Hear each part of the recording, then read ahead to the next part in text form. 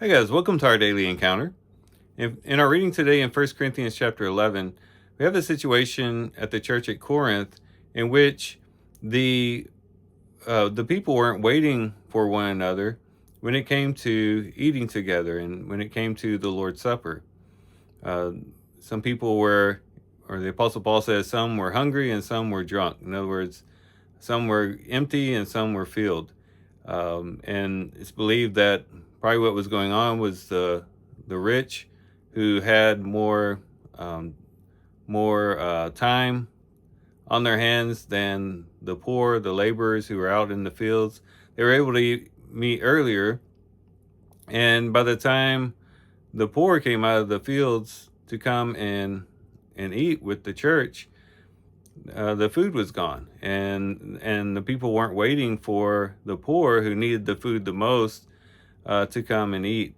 And so there was the situation in which the rich people were not being considerate of the poor.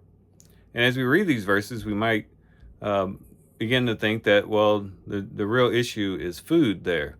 Food is the problem, but really underneath it all was selfishness. The food situation was kind of a symptom, but the true problem was selfishness in the hearts of the believers, and the selfishness was causing division within the church. And this can be a problem, not only in connection to that specific problem that they were having at Corinth, but this can be a problem that can be realized in a lot of different ways and can come out in a lot of different symptoms. Whenever we go to church, we have to ask ourselves, am I going to church for selfish reasons, or when I'm there, am I totally and completely just concerned about myself and getting my needs met and making sure that everything runs the way that pleases my fancy and is something that I would like? Or am I going to see how I can benefit or something like that? Or when I go to church, am I really looking for the benefit of the other, seeing who I can bless? Who can I interact with in such a way that would benefit them and to leave them more full, so to speak? What can I do to build up my brothers and sisters in Christ? Not so much looking for my own interest, but looking towards their interests and being concerned about them and being more outward focused than inward focused.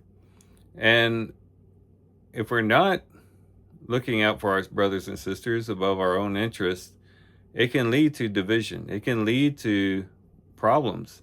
It can erupt in different ways. But again, it goes back to that same problem of selfishness, being self-interested instead of looking out for the other. So as we meet with brothers and sisters today, let's look within and say, what am I here for? What is my motivation? What is my goal as I meet with my brothers and sisters in Christ?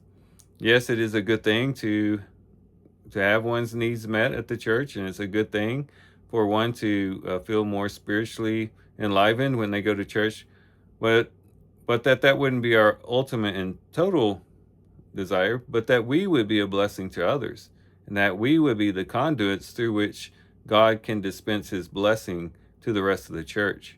And so hopefully our reading today will help us to have that type of mindset. And with that, guys, I do thank you for watching the video today. Hope you guys have a great day. Love you guys. God bless.